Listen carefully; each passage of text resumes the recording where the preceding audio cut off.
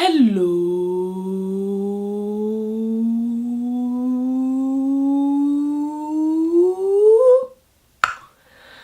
Hi guys, welcome to my last video about Stoptober. I'm filming this today on the 30th, which is a Tuesday, and I've gone 30 days without drinking or smoking. And today I decided to ask you guys to ask me some questions, and I'm gonna answer them. Antonio says, do you think the experience will change your drinking habits going forward? Yes, I definitely do. I think up until this point, I'd be drinking quite a lot, as in not in terms of quantity, but in terms of frequency. I would be drinking a lot at poetry events because I'd always be going to those, and I'd be drinking at home after like a long day's work as a treat, and all sorts of different things.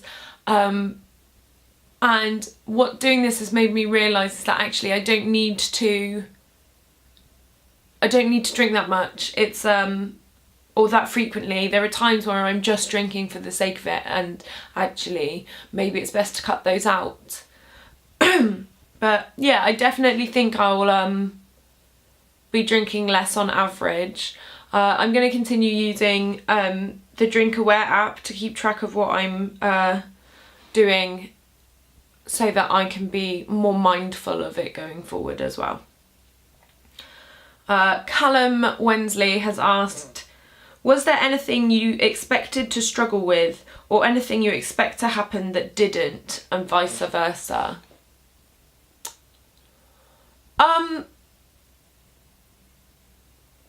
I think, it's a really good question. I think when I started, I was expecting to be really aggy about the smoking, and I expected the smoking to be the hardest bit.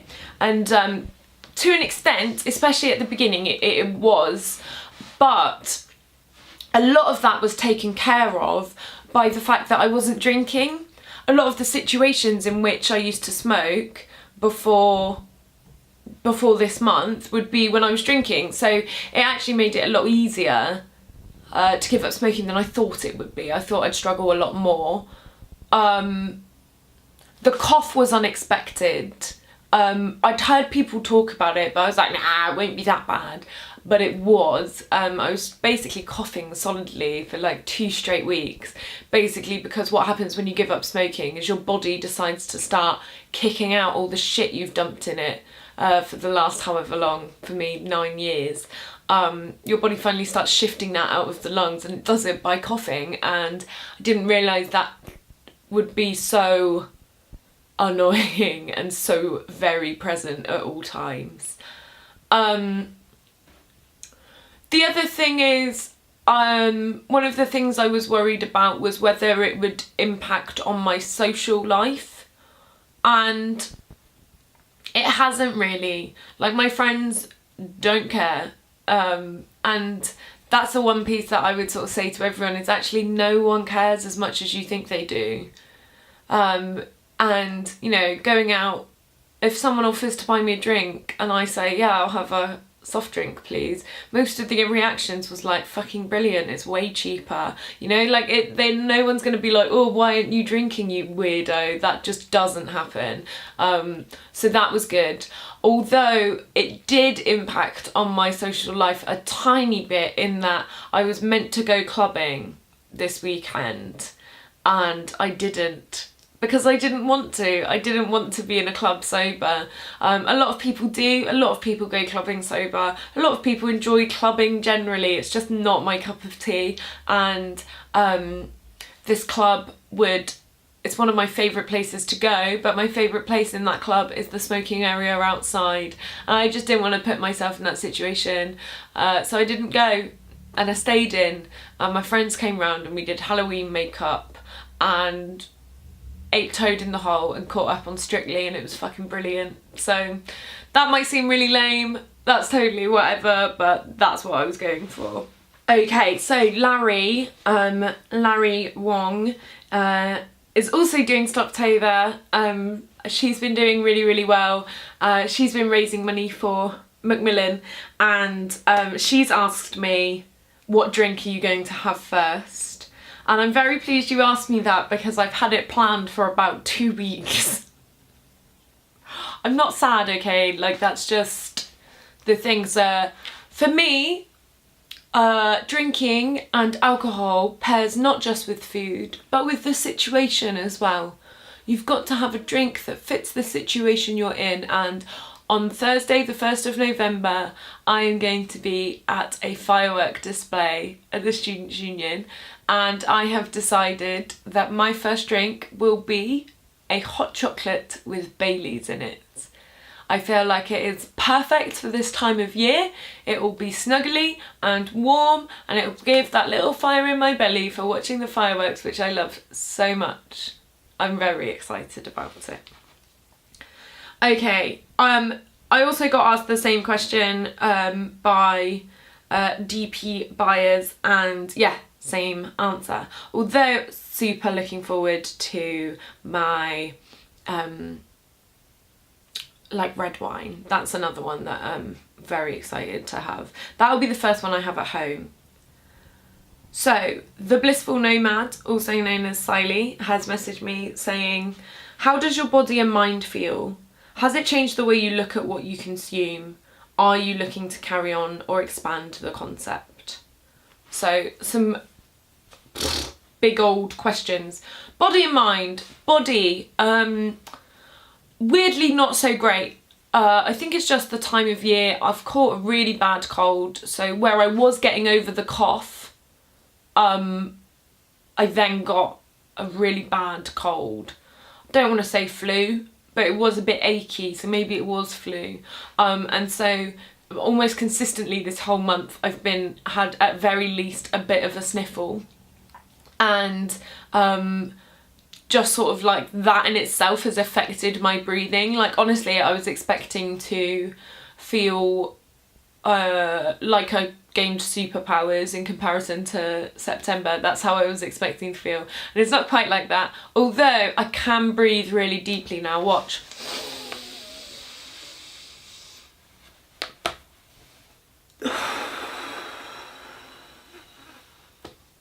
Massive. I don't think I've ever breathed this clearly in a really long time. Also, I've noticed I can sing a lot of songs that I didn't before, so there's that. In terms of mind, I'm not gonna lie, because of just other things that are happening in my life, not necessarily alcohol or cigarettes, my mental health hasn't been too chipper, and that's affected me, and it's made me feel really low a lot, and I've been really struggling. But having said that, I think if I had been smoking or drinking this month would have been a lot worse. I think I would have maybe run to those things as a coping mechanism, and that's not, well, it's obviously not healthy, but yeah, I think sometimes smoking just in a situation can be good, because it helps you remove yourself from that situation and go outside for 5 minutes to calm down. That's something that I've really missed. But yeah, I'm glad I haven't been drinking for a lot of this. Scattered my dad's ashes a couple of weeks ago, and that could have potentially just been a pretty horrendous weekend followed by a pretty epic hangover. But I didn't drink or smoke. I just thought about what was happening and was really in the moment, and I don't mean to sound so twatty with that, but I think it was important for me and it helped. So yeah, mind and body, not doing so great, but probably would be doing worse if I was drinking or smoking. What was the next part of the question? Has it changed the way you look at what you consume? Yes, completely. I've become very aware of how I've been drinking for the sake of it a lot, and also learning a lot about my motivations behind drinking and behind smoking as well. Like, you know, whenever I got sort of a craving or got a bit aggy, because I'd sort of look at why that was happening.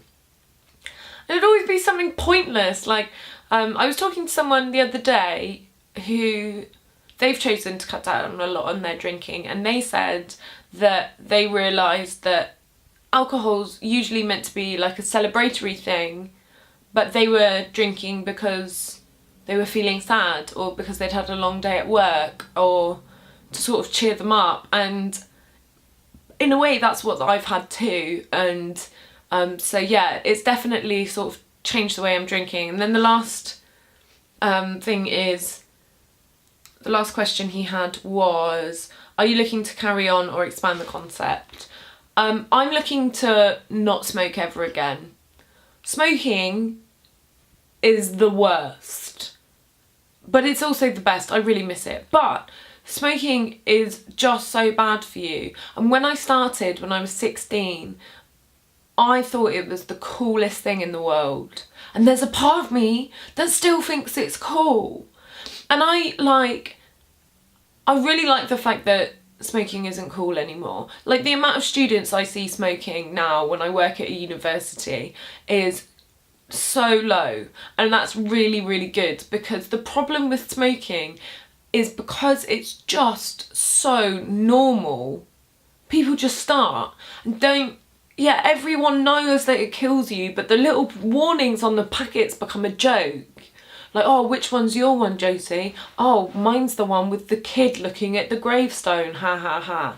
And, you know, that becomes like a joke, and you sort of forget all the bad stuff, and you just see it as, oh, well, all my friends are going out for a cigarette, I'm going to go and have one too. Or, oh, I've had a really stressful day, I'm going to go and have a cigarette. Or, oh, that meeting I had at work was really fucking stressful, I need 5 minutes to myself, I'm going to go out and to have a cigarette.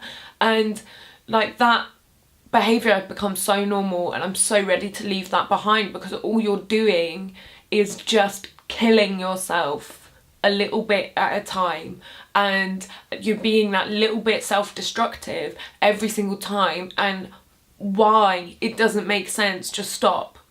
So yeah, I'm not going to carry on smoking again. As for the drinking, I am going to continue drinking, but I am going to do it in a more mindful way, knowing that what motivates me to drink and why I'm choosing to drink every single day. One of the things that I'm going to continue using is the Drink Aware app to track how much you drink.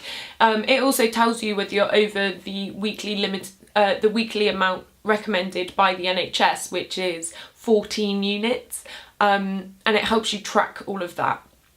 And I'm going to start using that again, also because I'm on a budget and I need to stop spending money on so much booze. So yeah, that's what I'm going to do going forward. Cool, let me just check. Okay, and the last few questions came in from my mate Mole. I messaged her like first thing this morning saying, no one sent me any questions, and she sent me loads, and then other people's questions came in. So we'll have a look. First question was, has your attitude towards alcohol changed? Yes, I think it has. I think, especially in the UK, alcohol is so normal and drinking is so normal, and drinking a lot and regularly is considered a normal thing. Going for a bev after work, totally normal. And that's fine, but normality and habits and routine can slowly lead to something that is damaging. And I think what this month has made me realise is that actually, potentially, my relationship with alcohol was becoming damaging. And actually, I can't, you know, be like, oh yeah, I can't not be aware of it anymore. Yeah, I can't not be aware of it anymore. I've got to be aware of my choices when it comes to drinking. And like, if I continue and it looks like I'm gonna keep having a problem with it, then I'm gonna stop. And do you know what? This month has made me realise that that's fine. Okay, next question was, do you think you'll ever smoke again? Hopefully not. But in reality, like, there's always going to be moments where that's going to happen, possibly. But yeah, hopefully never again. The one that's really worrying me is Glastonbury in the summer. Although rolling cigarettes in the rain when you've got no shelter is the worst. So yeah, I don't think I'm gonna smoke again, but I reserve the right to have the odd one if I deserve it. But how has the experience impacted on your mental health? Okay, as I said earlier, I've been having a bad time with it, my mental health. I don't think it was caused by the giving up drinking or smoking, but I think it was helped by it. I think potentially there have been episodes or moments or whatever, or little like holes that I've fallen into that would have been made worse if I was drinking. And I'm actually really pleased that I didn't and proud that I didn't, because it allowed me to just feel those feelings. Yeah. Okay, how has it impacted your physical health? Well, here's the thing, right? I haven't been able to exercise that much. So because I've been ill and had a bit of a weird month in terms of like having the cough and then this weird flu thing coming along, so I haven't been well. And yeah, so we'll see, I don't know. I cycled 14 miles the other day having recovered from a cold, and it was okay. I think I need a better bike though, but I also went for a 20-minute run and didn't die, so you know, pros and cons. Oh, update, I did actually lose weight now. I am currently weighing, I've just realised I've been sat like this, okay. I weighed myself just before starting this video, and I weigh a sprightly 9 stone 12, which means I've actually lost 4 pounds this month. Do I think that's related to smoking and drinking? Yeah, I do actually. I have been getting a little bit more snacky after the smoking, but the lack of drinking is so many calories just gone out of my diet straight away that I think, yeah, it has made a difference. Also, I have done a bit more exercise than I have done in recent months. Normally, when I'm on my game, I'll actually exercise fairly regularly, but in the last week or so, I've been doing a bit more exercise, so I think that's what's caused me to lose the weight.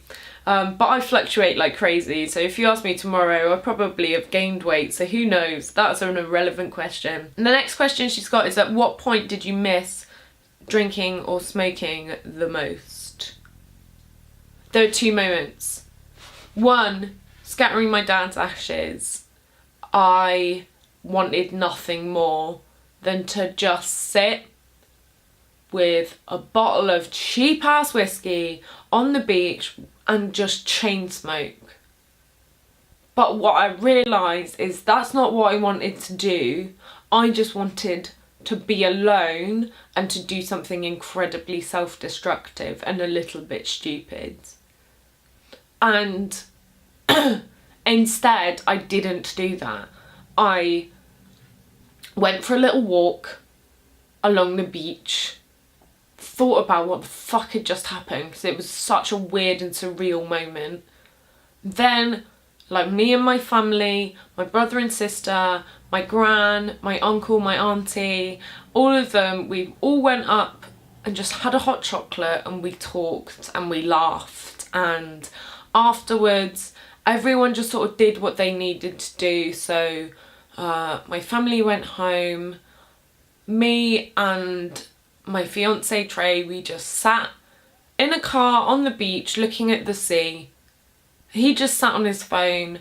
I wrote. I just sat and wrote. No one will ever see what I wrote because it was pure trash, if I have to say. But yeah, and I did that instead.